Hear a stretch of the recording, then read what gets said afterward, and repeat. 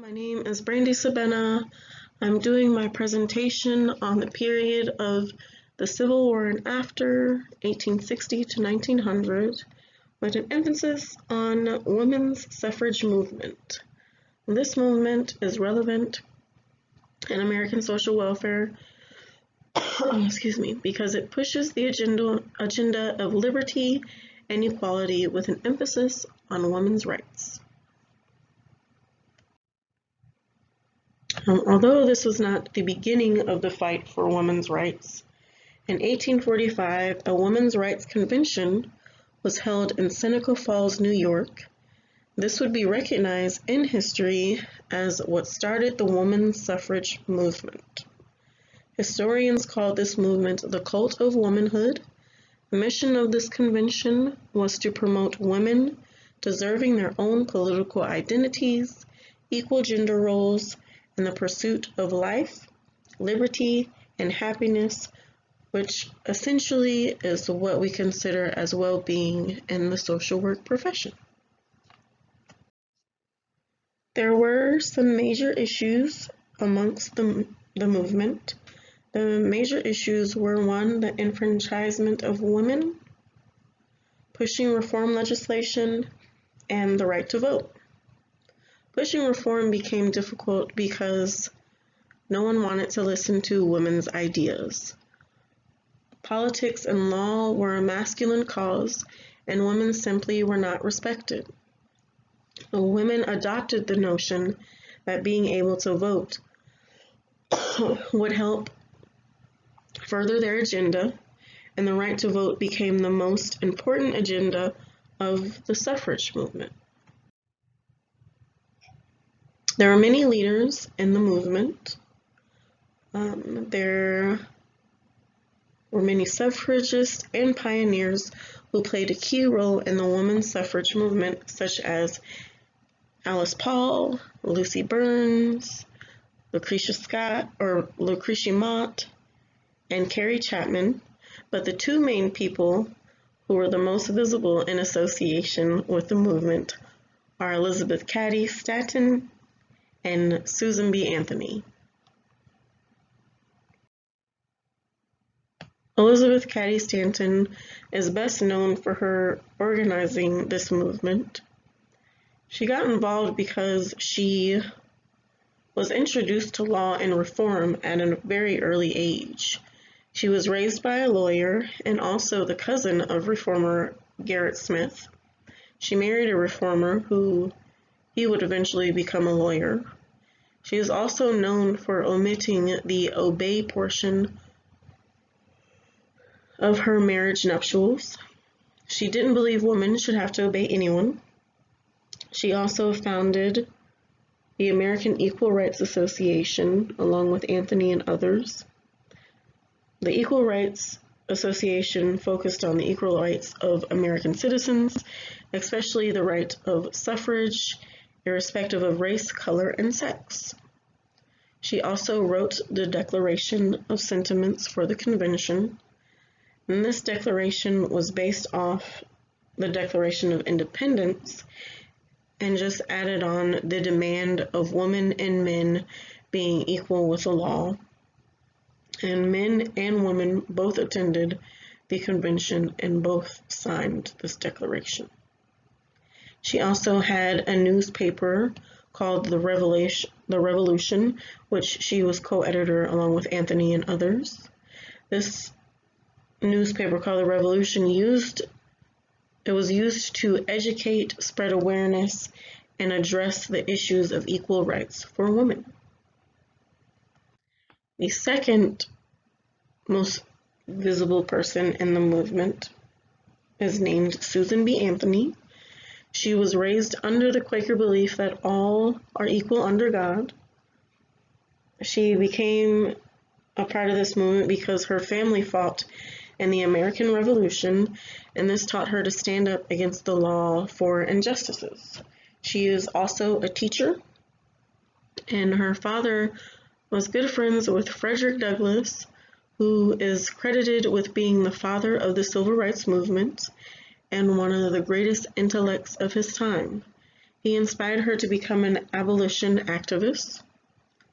She wasn't at the convention, the Women's Rights Convention of Seneca Falls, but her mother and sister did attend.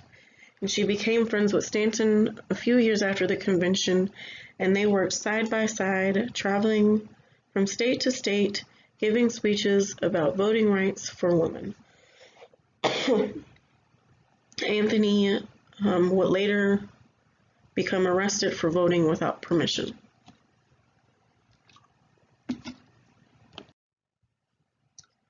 There were actions taken by this movement to gain public notice and bring about change, and that is the formation of two organizations.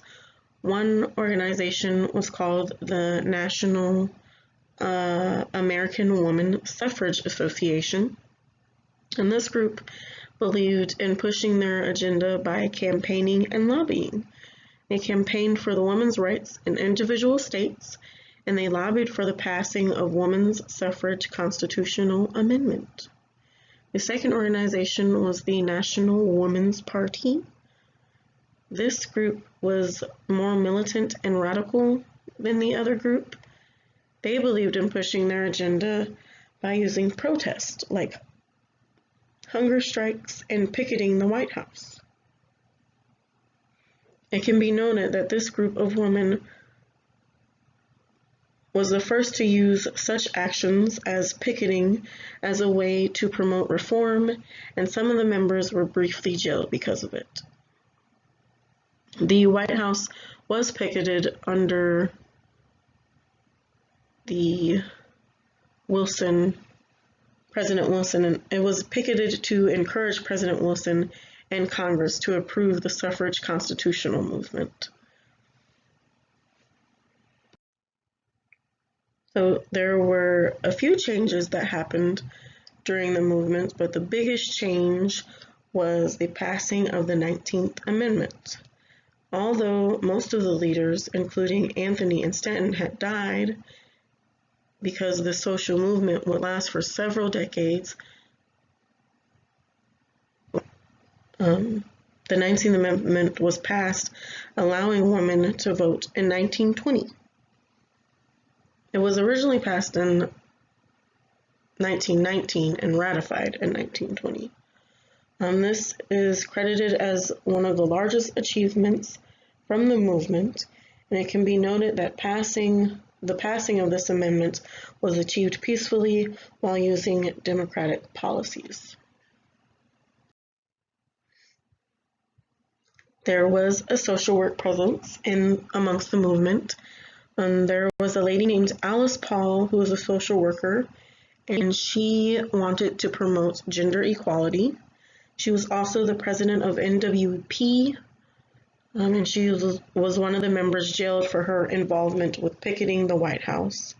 She believed in using dramatic tactics and visual forms to promote reform. She initially co-founded the chair of Congressional Union for Women's Suffrage, but out of frustration with NASA's policies, she formed the more militant NWP alongside Lucy Burns. Objectives of this movement were the right of citizens in the U.S. to vote in political elections without the denial based on gender, and the Congress's enforcement with legislation. Challenges. There were a few big hurdles that happened during this movement. When the movement began, the limitation was the Civil War beginning right around the middle of it. The 14th and 15th Amendment had just been passed, freeing the slaves and allowing Black men to vote. In hindsight, the abolitionists did support the freeing of the slaves, and it was considered an accomplishment that race was no longer an issue in the voting process. Black and white men could vote now, but this was still a frustration because it slowed down the progress of the movement, and it would take several more decades before women could vote, and women's rights were put on the back burner again. Prevalence. So there are a few issues that we still currently deal with, such as the gender equality in the work field, domestic violence, single mothers, and the global level of women's rights.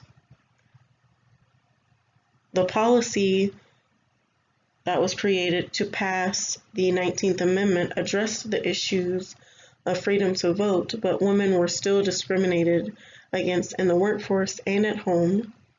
And there were other movements within the women's suffrage movements, like the temperance movements and the charity organization and the national WCTU, that were created to assist with the additional issues that were taking place.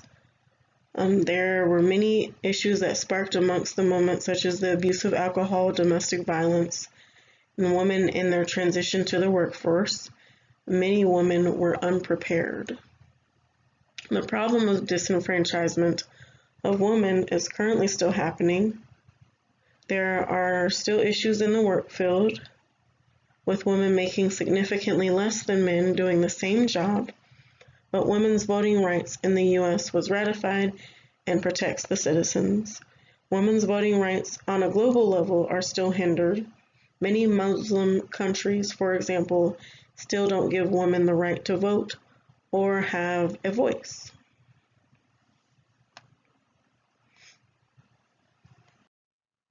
So this just about wraps up my presentation. In conclusion, I think we should all be very proud of the obstacles women have and still continue to crush. Being a woman, I'm very fortunate to be able to have a voice if I want in many issues. I think the social worker's role is to be of assistance in some of these issues that continue to prevail, like being a resource for single mothers, aiding in recovery programs, and continuing to create and support policies which promote the well-being of individuals. If you all would like to add to my presentation by further discussing my final comments, I encourage you to answer, what are your thoughts about what you learned from this presentation? And what is the social worker's role in addressing some of the additional issues under the prevalence slide? Thank you. See ya.